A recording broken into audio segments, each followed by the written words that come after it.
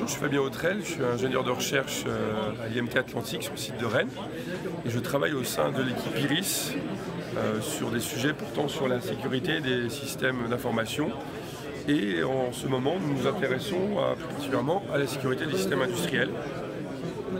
Et la plateforme que je vais vous présenter est en fait une tentative de représentation de ce qu'on retrouve typiquement dans un contexte industriel. Donc, cette plateforme comporte la virtualisation d'un système d'information, d'un système industriel, une représentation, une miniature d'un processus industriel sous la forme de modèles réduits fichiers techniques.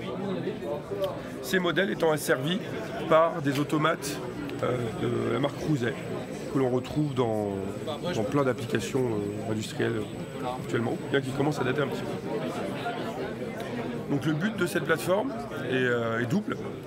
D'une part, il nous permet de faire de la formation et de la sensibilisation en montrant les problématiques qui sont spécifiques au système industriel et en montrant aussi des attaques, plusieurs types d'attaques qui ont déjà été exécutées sur les systèmes industriels. Et le deuxième intérêt de cette plateforme est aussi de faire de la recherche. Et elle nous a permis de trouver une vulnérabilité qui était jusque-là inconnue sur les automates Cruset. Donc voici l'architecture de la maquette. On a un réseau virtualisé qui représente en miniature un réseau d'entreprise, un poste attaquant qui est lui dans Internet, et puis un sous-réseau qui est connecté aux automates qui pilotent le processus industriel. Alors maintenant, on voit qu'on a deux machines là, qui sont des machines virtuelles, donc réseau virtualisé. On a un poste de supervision du processus industriel, qui est la fenêtre qu'on a derrière ici là. Et on a un deuxième poste qui permet de faire la supervision du processus qu'on appelle la SCADA. Donc là, on a une interface qui représente l'état actuel de la chaîne de production. Donc sur la première machine virtuelle, qui est une machine Windows, on a l'environnement de programmation des automates. Et le début de l'attaque commence par le fait que l'administrateur de la machine ouvre une feuille Excel qui est en fait une feuille qui permet de faire un retour de mission. Et l'idée, c'est qu'il a reçu cette nouvelle version de feuille de retour de mission par email, mais il n'a pas vraiment vérifié l'origine et l'authenticité de cette feuille. Donc en fait, elle copie la feuille normale, mais dedans, on a un cheval de Troie qui permet de prendre le contrôle à distance du poste. Donc là, ce qu'on voit sur le poste attaquant, c'est qu'un canal HTTPS a été ouvert. Et donc à partir de là, je suis capable d'exécuter des commandes qui sont exécutées donc à distance. En fait, je prends le contrôle du poste administrateur.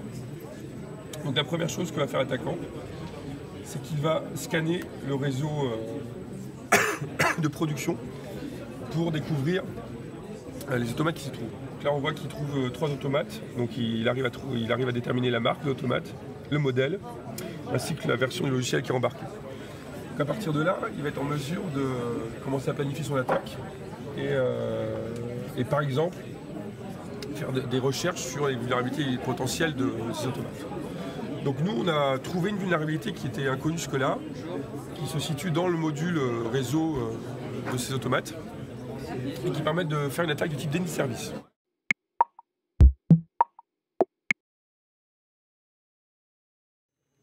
Donc l'attaquant, lui, va donc exploiter la vulnérabilité dont on a parlé en générant des paquets Modbus. Donc c'est du trafic qui utilise un certain protocole industriel spécifique au système industriel.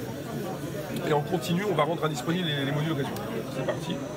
Donc là, petit à petit, on va voir que la supervision de la chaîne va s'arrêter. Donc là, on voit déjà que l'état du robot est plus accessible. Et progressivement, l'intégralité de la supervision va tomber. Donc le processus tourne quand même parce que le microcontrôleur qui est dans les modules réseau est indépendant des microcontrôleurs qui pilotent le processus industriel.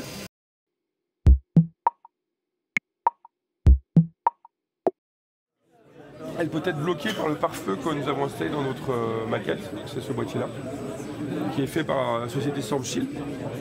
Et donc lui, il est capable de détecter le fait qu'on envoie un paquet Modbus qui est mal formé. C'est comme ça qu'en fait on fait planter les modules réseau. Mais dans un deuxième temps, je vais vous montrer une deuxième attaque où là le pare-feu il peut pas bloquer le trafic parce qu'on va envoyer un paquet Modbus qui est tout à fait légitime. Et ce paquet, ce qu'il va faire, c'est demander d'une part l'arrêt total de la production et d'autre part l'ouverture de la pince alors qu'elle est en train de transporter une pièce.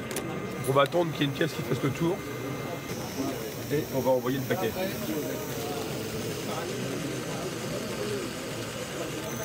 Hop, une pièce. Ici. Voilà. On a arrêté entièrement la production et on a lâché la pièce qui pourrait par exemple tuer quelqu'un ou détruire les pièces qui sont produites. Alors en modifiant l'état du programme, on pourrait aussi imaginer faire des modifications plus subtiles qui ne seraient pas forcément détectables, à l'instar de ce qu'on a vu par exemple dans l'attaque Stuxnet, où on modifie les vitesses de rotation des centrifugeux.